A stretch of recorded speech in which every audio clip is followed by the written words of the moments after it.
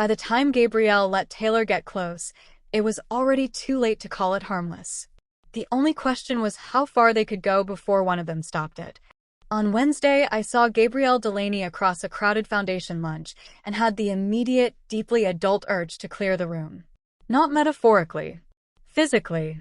There are moments in life when a woman should recognize that her emotional state has become disproportionate to the facts. This was one of them. I knew that. I respected it in theory. In practice, I was standing near a table full of trustees, watching Gabi laugh at something one of the city partners had said, and thinking the kind of thoughts that should come with legal supervision. It had been 4 nights since the sidewalk. 4 nights since she had stood in damp streetlight and told me that if I kissed her, she would make a decision she wasn't ready to make. There are many things I enjoy being accused of. Making a woman want me too much is one of them. The trouble was, for the first time in years, I had not walked away from a charged moment feeling triumphant. I had walked away hungry. Hungry in the frustrating, complicated sense. Not just for her body, though obviously that had become an issue. Hungry for the thing beneath it. The trust in her voice when it finally softened. The intelligence in the way she refused me. The terrible, exhilarating fact that she had not been telling me no. She had been telling me not yet. That distinction had ruined several otherwise productive mornings. Wednesday's lunch was being held in one of our smaller event rooms upstairs, the kind with polished wood paneling, tasteful floral arrangements, and a row of windows framing the city as if New York itself had agreed to be decor. 20 people, maybe. Foundation staff, board members, a few cultural partners, 2 city representatives, and 1 donor who used the phrase community synergy before noon and should probably have been denied cutlery on principle. I arrived on time, which was not a moral achievement so much as a tactical necessity. Gabi was already there. Of course she was. She stood near the windows with a notebook in one hand, speaking to a museum director while sunlight moved across the line of her jaw. Today she wore deep blue, something between slate and midnight, with her hair pulled back in a low twist that exposed the clean length of her neck in a way I found offensively distracting. Minimal jewelry. No visible effort. A woman who could walk into a room full of people like me and still somehow look untouched by performance. My body, which had become embarrassingly opinionated where Gabi was concerned, noticed her before any more useful part of me could intervene. She looked up almost at once. That was becoming its own problem too. Our eyes met across the room. No smile. No obvious acknowledgement. Just a steady look, a pause, and the smallest change in her expression as she took me in. Then she glanced, once, to the side. To the navy silk at my waist. To the open line of my collar. And back up again. Barely a second. It should not have felt as intimate as it did. Naomi, seated at the near end of the table with the air of a woman who had come primarily to observe my decline, followed my gaze and sighed softly. Oh, this is going well. I slid into the chair beside her. I haven't spoken. No, Naomi said. But you're both already behaving like a private argument in public. I reached for the water glass in front of me. That seems fanciful. It seems visible. I glanced toward the far side of the room again. Gabi was no longer looking at me. That irritated me immediately. Naomi smiled into her coffee. You have exactly the emotional maturity I expected. I'm being perfectly calm. You're plotting how to sit closer. That was offensive only because it was true. The room settled. People took their seats. By some quiet act of cruelty or destiny, Gabrielle ended up directly across from me at the long table, 2 chairs down, which meant I could see her without appearing to seek it and hear her without needing to turn my head. I had never hated architecture more. The meeting began with ordinary things. Funding allocations. Quarterly priorities. A discussion about local engagement metrics that could have killed weaker women where they sat. I contributed elegantly, asked precise questions, redirected one donor away from sounding paternalistic and another away from sounding stupid, which is exhausting work, but someone must do it. All the while, I was acutely aware of Gabi. The way she uncapped her pen with one hand. The way she listened without performing attention. The way she never once looked at me when I said something clever, as if refusing to reward me in public for what she had already recognized in private. At one point, The museum director next to her made an ill-considered comment about scaling smaller cultural partners without compromising aesthetic quality. Before I could intervene, Gabi set down her pen and said, in that calm level voice of hers, "I think what you mean is without flattening them into something wealthier people find easier to recognize." Silence. Not scandalized. Just startled. I leaned back slightly in my chair and watched the color rise in the man's face. She was beautiful in the most inconvenient way. The director recovered with a cough. "That's not exactly what I intended." "No," Gabi said. "But it is usually what happens." I should have defended him. Or softened it. Or guided the room smoothly onward as I so often do. Instead, I smiled into my water and thought, there you are. Later, when the discussion moved toward donor-facing messaging, she made a point about not confusing access with welcome, and I almost laughed aloud. Because the universe does enjoy a sense of humor. Because that line could just as easily have been about me. Because she knew I would hear it. When the lunch finally ended, people rose in the usual loose clusters of handshakes, polite summaries, and logistical lies. I stayed where I was for a moment, collecting my papers without any particular urgency. Gabi was halfway to the door when she turned back. "Taylor," she said. Just that. My name in that tone from across the table. The room ceased to deserve my attention. I stood. Gabrielle. Naomi, beside me, muttered, "Jesus." I ignored her. Gabi came around the far side of the table and stopped close enough that I could see the faintest pulse at the base of her throat. Not nervous. Not comfortable. Something much better. "You were quiet," she said. "I was listening." "That sounds suspicious." "You've made me ambitious." Her eyes held mine for a beat too long. "That line is becoming a problem." "So am I, according to Naomi." Naomi appears very well informed. She has made my flaws a private hobby. Gabi's mouth moved. "I'm starting to understand the appeal." "Of her." "Of being difficult for you."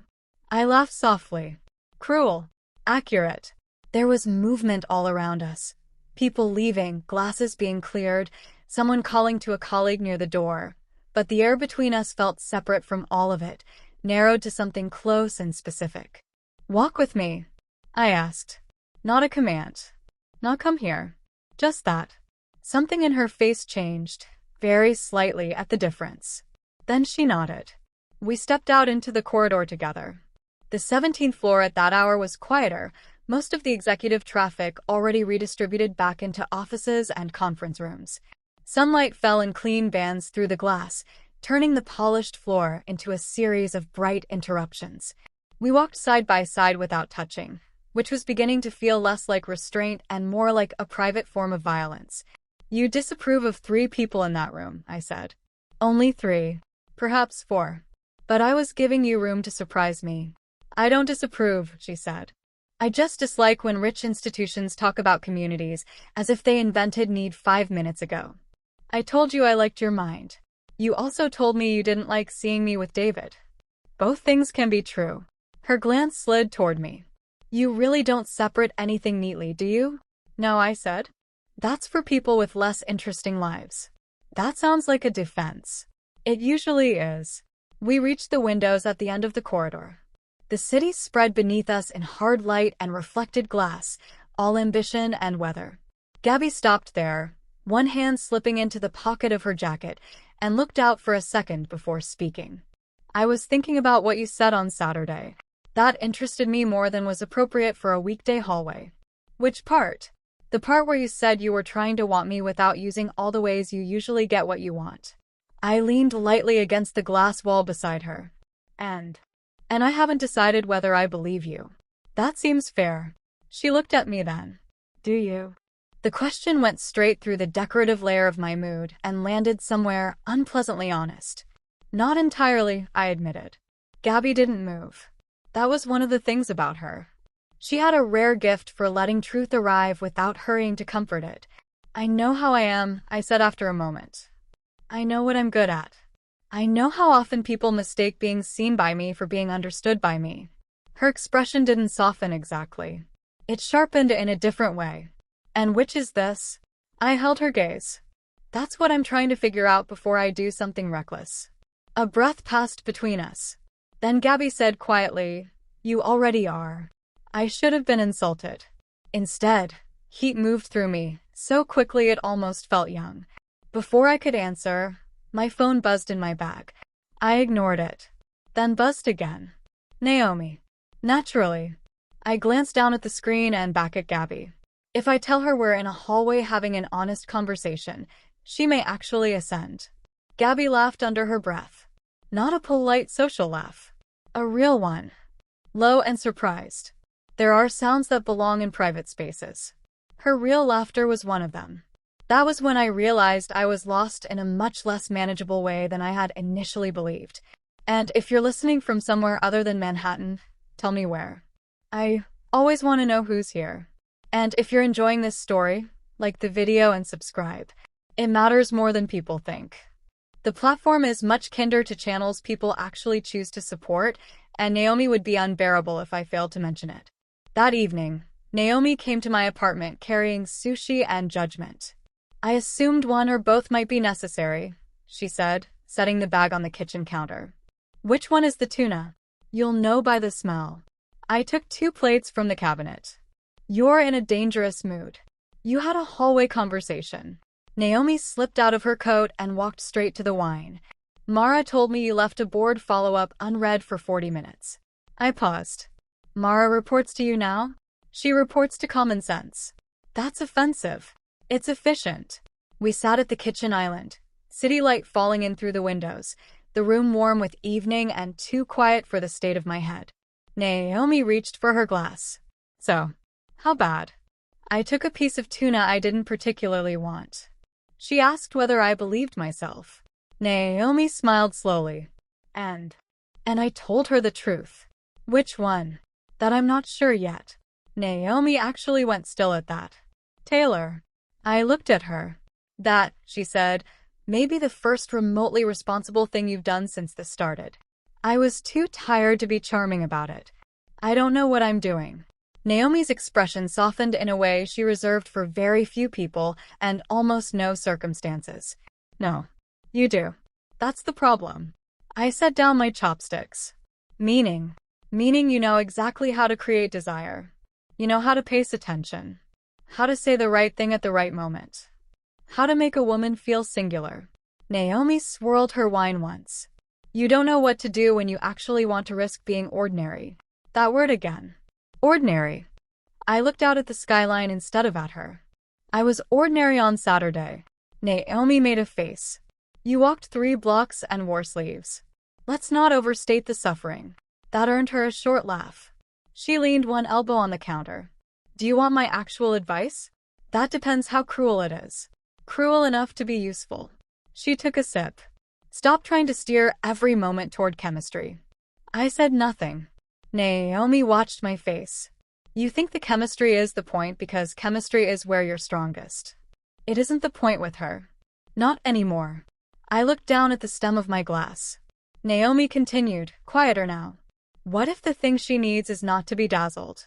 What if she needs to see what you're like when there's no room to impress? The apartment had gone very still. There are things people say to you because they think they sound wise. And there are things the right people say because they know where your weaknesses live. I hated that I understood her immediately. She wants to trust the person under the effect, Naomi said. And if I'm not sure she'll like that person? Naomi's gaze held mine, steady and unamused. Taylor, you know what your problem is. I assume you'll tell me even if I don't ask. You're used to being unforgettable. Her voice softened. You have almost no practice being known. That line stayed with me. It stayed while Naomi left and the apartment quieted around me. It stayed while I stood in my bedroom deciding whether a woman could be haunted by her own friend's accuracy and still deserve nice sheets. It stayed while I woke at 2 and then again at 4 and finally gave up and sat in the dark with a glass of water and the humiliating awareness that I missed a woman I had still not touched. By Friday, things had worsened beautifully. I was in the lobby of the foundation wing after a late afternoon donor review when I saw Gabi kneeling beside an open crate, helping one of the exhibition teams unpack frame materials for an upcoming installation. Sleeves rolled. Hair looser than usual. Reading glasses back on. One knee pressed to the floor. Concentrating. I stopped walking. A junior finance analyst nearly collided with me and apologized as if she'd struck a cathedral. I waved her on without taking my eyes off Gabi. It is difficult to explain to people who have not lived like me how rare it is to be taken off guard by desire in its simplest form. Not spectacle. Not seduction. Not someone dressed for conquest. Just a woman doing her work, focused and self-contained and unaware, for one impossible second, of being watched. I should have left. Instead, I crossed the lobby. "Tell me," I said as I came up beside her, "is this beneath your job description, or are you making a point?" Gabi looked up. There was a flash of surprise, then amusement, then something warmer that she didn't quite hide in time. "I could ask you the same thing." I glanced at the framed materials. "I'm absolutely beneath manual labor. I come from money. That explains the shoes." I looked down at them. "These are excellent shoes. They are completely impractical shoes. Sometimes beauty requires sacrifice." "Yes," she said, standing now and dusting her hands lightly together. "Usually from other people." I laughed. The exhibition assistant beside her murmured something about needing more mounting strips and disappeared with suspicious urgency. We were alone in the wide marble lobby, the late light turning the glass doors to honey. "What are you doing this weekend?" I asked. Gabi tilted her head slightly. "That sounds dangerously like a setup. It may be an invitation." "To what?" I considered lying, or polishing, or packaging the moment in something more impressive. Instead I said, "There's an apartment." She blinked once. "That sounds vague enough to be illegal." My mother has an apartment in Brooklyn she only remembers when she wants to host impossible people near Prospect Park. I leaned one shoulder against the crate. "She's out of town. I occasionally borrow it when I need to feel like someone less expected." Gabi was quiet for a second. "You're inviting me to borrowed real estate," she said at last. "Yes. That is somehow either your worst move or your best. Naomi says I need to stop relying on polished surroundings. Naomi is becoming my favorite unseen influence." "That's hurtful." Gabi's mouth curved. "What would we be doing there?" I held her eyes. "Talking.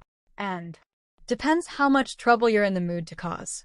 Her expression changed just enough to make my body entirely unhelpful. "That answer," she said, "is exactly why you're dangerous. Only if you come." "Taylor." I waited.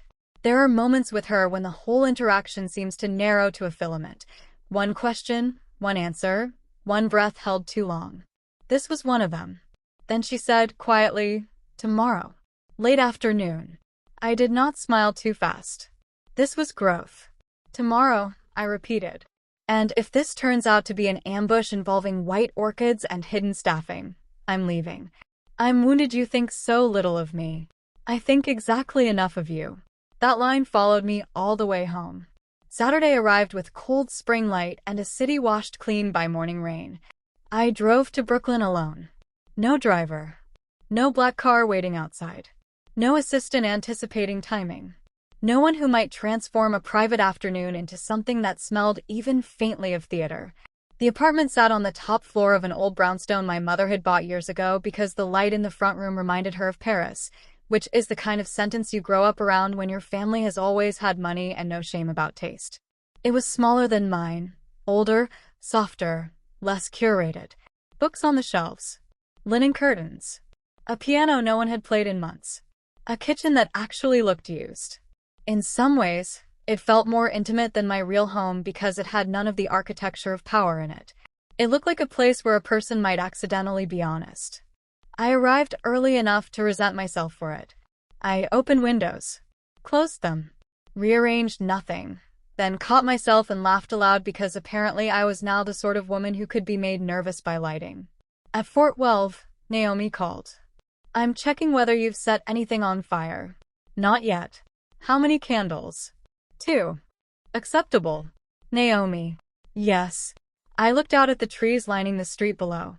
"What if this goes badly?" Her voice shifted instantly. "Do you mean badly in the way you usually mean it, where someone leaves wanting more and you feel vaguely sad in beautiful surroundings? Or badly in the way where you actually care?" "The second." Naomi was silent for half a breath. "Then good." "That's not a comforting answer." "No," she said. It's the useful one. Stop trying to manage the outcome. Just don't lie to her. Then she hung up, which is one of the many reasons I love her and occasionally wish minor inconveniences upon her. At 4:31, the buzzer sounded. I let Gabi in. There are women who improve in evening light. Gabi improved in threshold moments. She stood in the hallway outside the apartment in a dark coat over cream knit, hair loose, one hand in her pocket, looking not dramatic but exquisitely specific to the hour, as if the entire afternoon had, without warning, become about the fact of her arrival. "Brooklyn," she said as she stepped inside. "How humble. Don't mock my restraint. It's expensive." Her gaze moved over the apartment, taking in the bookshelves, the old wood floors, the soft beige sofa, the piano near the window. Something in her face loosened. "This feels less like you," she said. I closed the door behind her. "That may be why I chose it." Gabi set her bag down on the chair near the entryway and turned slowly once, taking in the room with the kind of attention she gives places she thinks might matter. "Your mother's?" she asked. "Yes." "And you come here when you want to feel like someone else?" "Sometimes." I leaned against the doorframe. "Or like someone before the performance." She looked at me then, properly. "That's more honest than you usually are on a first invitation." "It isn't a first invitation. You've already turned down several more dangerous ones." That got a small smile from her. I offered her wine. She said yes. We moved through the apartment carefully at first, like people testing the floorboards of something potentially fragile. I opened a bottle in the kitchen while she stood by the shelves in the sitting room, reading the spines of the books as if they might contain a version of me I had not yet made available. When I handed her the glass, our fingers brushed. Tiny contact. Totally survivable. My body filed for appeal. We sat on the sofa with a little more space between us than the room required. Light moved slowly across the floor. Somewhere below, a child shouted in the street and then left. The city was present here, but softened. Less performance.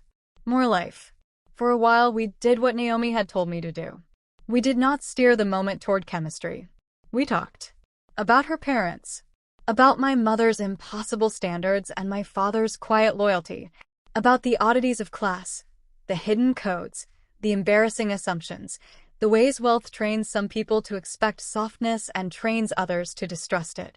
Gabi told me about internships where everyone else already knew which fork belonged where, and she went home afterward and learned manners from watching old films out of pure irritation.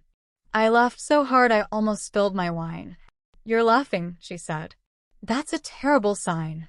"I'm charmed." "That's not what I was going for." "No," I said. "That's why it's working." Later, when the light had thinned and the room had gone amber, she drifted toward the piano. "Do you play?" she asked. "Badly." "That's new." "I contain multitudes," I said. "You've used that already." "Because it's excellent." Gabi ran 2 fingers over the closed lid of the piano. "My mother taught for years," she said. "Not professionally. Just children. Mostly neighborhood kids." She said piano is a good way to tell who's been praised too early. I smiled. "That sounds merciless." "It was useful." "And what did she say about you?" Gabi looked back at me. "That I tried too hard to get things right before I understood how to feel them." That quieted something in me. Because I understood it instantly. Because it was not, in fact, about piano. I set my glass down on the table. And now I know that getting them right and feeling them aren't the same. A pause. I just haven't decided which one is more dangerous. I moved closer without thinking. Not right against her. Close enough that the room altered around us. "Feeling them," I said. Gabi's eyes lifted to mine. "Of course you'd say that. Would you rather I lied?" No, her voice had gone lower. "That's what makes this difficult." We were standing in the amber quiet of a borrowed apartment, a piano between us and not between us, the city outside dimming toward evening. There should have been music. Or distance. Or witnesses.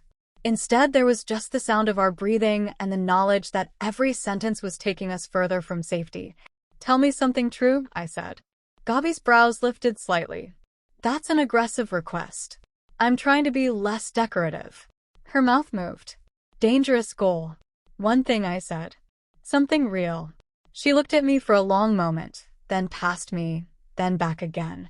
When I left you on the sidewalk, she said quietly, I got in a cab and spent 20 minutes staring at the door because I wasn't sure whether I'd just done something smart or something cowardly. The honesty of that hit me harder than anything more obviously seductive could have. I took one slow breath. My turn, I asked. Her eyes stayed on mine. Your turn. When I got home, I said, I stood in my bedroom trying to decide whether the reason I hadn't kissed you was restraint or fear. Gabi did not move. Which was it? I held her gaze. Both. Something passed between us then. Recognition, maybe. Relief. The terrible intimacy of finding exact language for the same wound. She looked down once, just once, at my mouth. I stepped closer. Still no touching. There was so much space left to cover, and almost none at all. You see, she said softly. This is what I mean. What is? The way everything around you starts feeling like a setup, even when it isn't one. That almost made me laugh, because it was unfair and perfect and true enough to matter.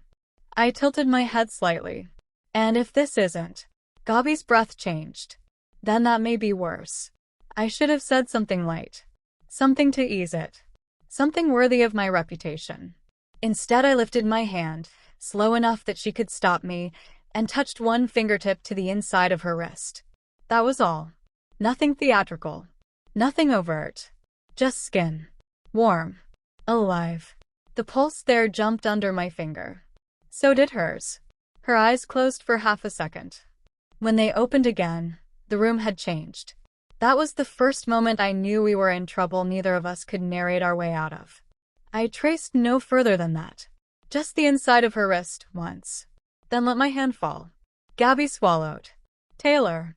Not a warning. Not quite permission. Something in between.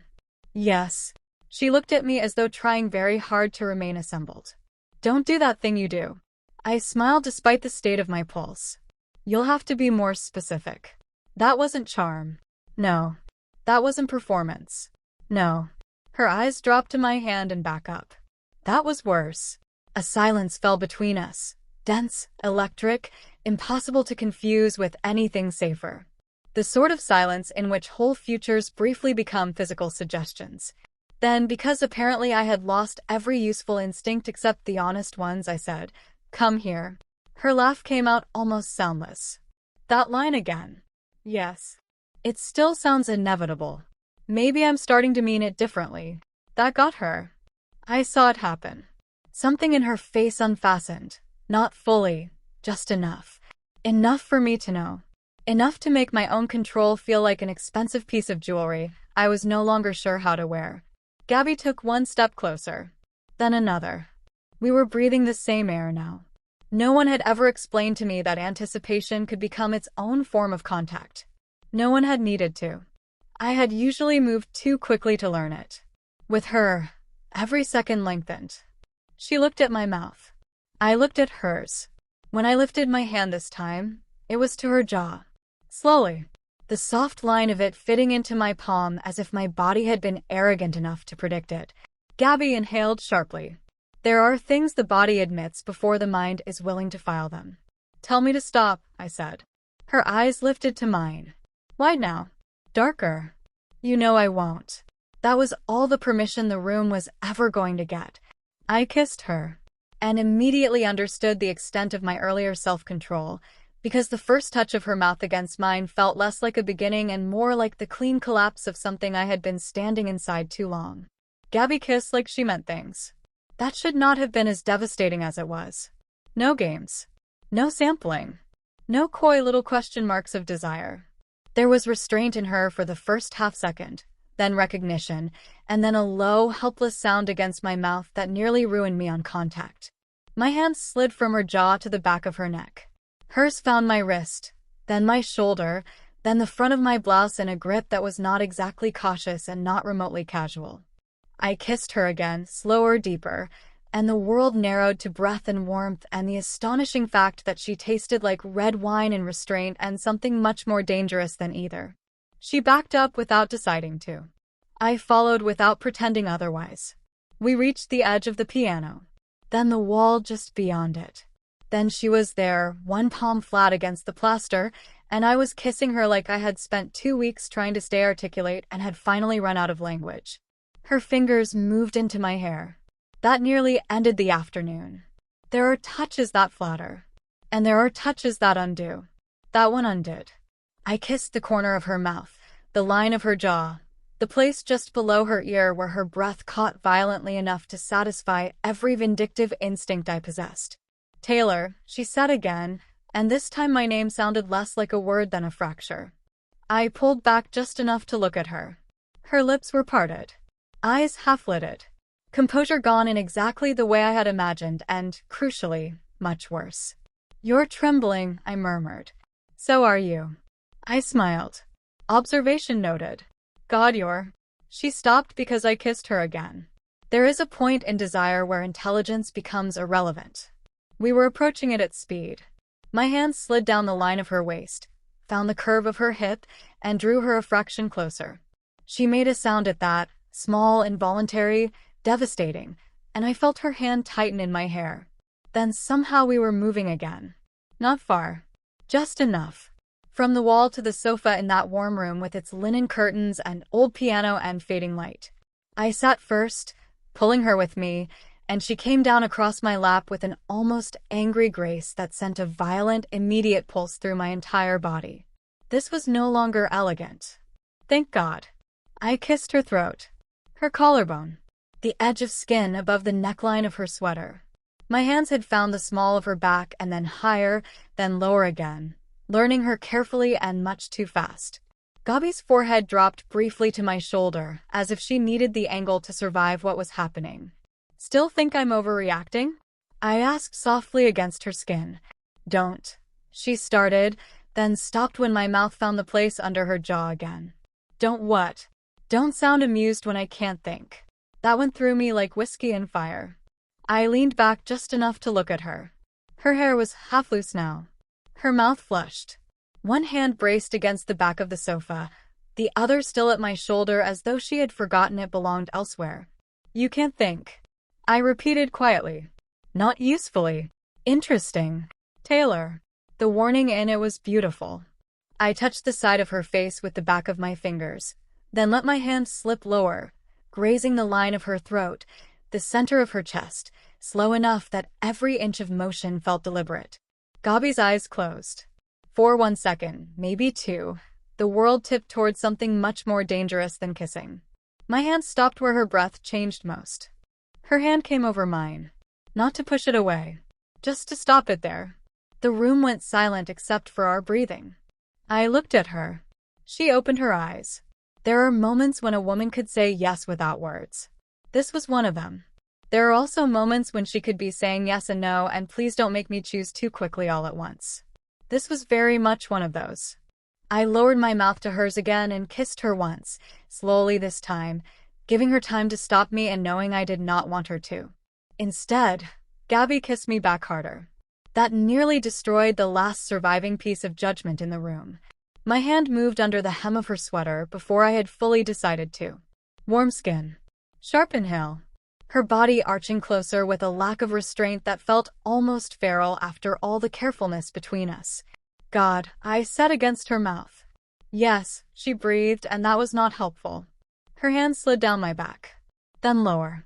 Then back up again as if she were trying not to take too much and failing beautifully. I kissed her until I could no longer remember what hour it was or whose apartment we were in, or whether it was possible to die of self-control in a room with decent bookshelves. And then, because the body is cruel and timing is vulgar, I felt the exact moment the afternoon crossed from dangerous into irreversible. I knew it because I stopped thinking in scenes and started thinking in outcomes. I knew it because my hands were no longer moving at random. I knew it because if I had stood up with her in my arms and carried her 10 steps down the hall, neither of us would have interrupted me. That was the problem. I pulled back first. Barely. Only enough to breathe. Gabi's eyes opened slowly, her hand still curved at the back of my neck, her whole body tense with the effort of stopping nowhere near where either of us wanted to stop. "Tell me," I said, voice rougher than I liked, "if this is where you want me to stop." She stared at me. And for the first time since I'd met her, I saw not caution, not resistance, not wit, but the full naked cost of wanting. It did something terrible to me. Her fingers trembled once against my skin. If we do this now, she whispered, I won't be able to pretend I'm still thinking clearly. The room held still around us. There it was. Not refusal. Not regret. Truth. I closed my eyes for half a second because I knew exactly what she meant and hated how much I respected it. When I looked at her again, she was still there in my lap, flushed and breathing hard and looking like the last decision a disciplined woman should make before dark. I touched my forehead briefly to hers. That, I said, is an exceptionally unfair thing to say while sitting on me. A broken sound escaped her. Half laugh. Half something else. You asked. I know. I kissed her once more. Not to restart it. To seal the stop before it shattered us. Then I let my hands fall to the line of her waist and kept them there, steady, because if I let myself wander even 1 inch higher or lower, I would lose the argument I was trying very hard to have with my own body. For a long moment neither of us moved. Then Gabi took a shaky breath and leaned back just enough to look at me properly. You're being very calm about this. I assure you, I said, I am not. That made her close her eyes again. When she opened them, there was something like apology there. And something like wonder. And, more dangerously than either, trust still waiting to be earned. I should go, she said. The sentence hit me somewhere low and mean. Not because it was wrong. Because it was right. Yes, I said. Her brows lifted faintly, as if she had expected charm, resistance, persuasion. I nearly laughed. So did I. Instead, I eased her gently off my lap and stood with what dignity I could salvage. She smoothed her sweater. I adjusted nothing, because the truth was beyond tailoring at that point. We walked to the front of the apartment in silence. Not awkward silence. Not empty. The kind of silence that happens after a storm passes, so close you can still feel the air vibrating. At the door, Gabi picked up her bag and turned to me. I had kissed women goodbye 100 times. Never like this. Never with the distinct understanding that what mattered was not whether she wanted more. It was that she wanted more enough to leave before taking it. I'm not trying to punish you, she said quietly. I looked at her. I know. She exhaled, looked away once, then back at me. I need this to be something I can still stand inside after it happens. That sentence went through me with almost surgical precision. Because it was exactly the kind of thing no one had ever asked me for so plainly. Not a spectacle. Not seduction. Not intensity for intensity's sake. A future tense. I stepped closer, but only enough to touch the edge of her coat, straightening a fold that did not need straightening. When it happens, I said softly, I don't want you regretting the way we got there either. Her eyes searched my face for a long second. I let her. Then, very slowly, she leaned in and kissed me once. Brief. Precise. Worse than everything before. When she pulled back, my hands were flexing uselessly at my sides. This, she murmured, is becoming a problem. I smiled despite the state of my pulse. Only now. That almost got another laugh out of her. Almost. Then she opened the door and left me standing in amber light and absolute ruin. I did not move for a full minute. Then I picked up my phone and called Naomi. She answered on the second ring. How dead are you? I sat down on the arm of the sofa because my legs had briefly stopped inspiring confidence. She was on my lap. Naomi inhaled sharply, delighted. And then she said if we did this now, she wouldn't be able to pretend she was still thinking clearly. There was a beat of silence. Then Naomi said, very calmly, Oh, sweetheart. I hate that tone. You shouldn't. It means I'm right and you're doomed. I looked toward the darkening windows. Toward the piano. Toward the soft wreckage of the room. She left, I said. Yes. I let her. Naomi went quiet for a moment. Then softer, good. That surprised me. Good. Yes, she said. Because if you had stopped her from leaving, you would have won something. This way, Taylor, you may actually end up with something. I closed my eyes. I hated that she was right. I hated even more that I understood why. By the time I locked the apartment and drove back into the city, evening had fully fallen. Brooklyn glowed behind me in the mirrors, softer than Manhattan, less polished, more intimate. My mouth still remembered hers. My hands still remembered exactly where they had almost gone. The worst part was not the frustration. It was the anticipation. The knowledge that whatever came next would not feel accidental anymore. She had not stopped because she didn't want me. She had stopped because she did. And now I had to decide whether I could want someone this badly without turning urgency into damage. That was a much less glamorous challenge than seduction. It was also, increasingly, the only one I cared about. So tell me in the comments, what got you most in part 3? The hallway tension? The Brooklyn apartment? That line about not being able to pretend she was still thinking clearly? And whose side are you on now, Taylor's or Gabi's? If you want part 4, like the video and subscribe so you don't miss it. Because from here, the restraint gets thinner, the stakes get messier, and someone is going to say something that changes everything.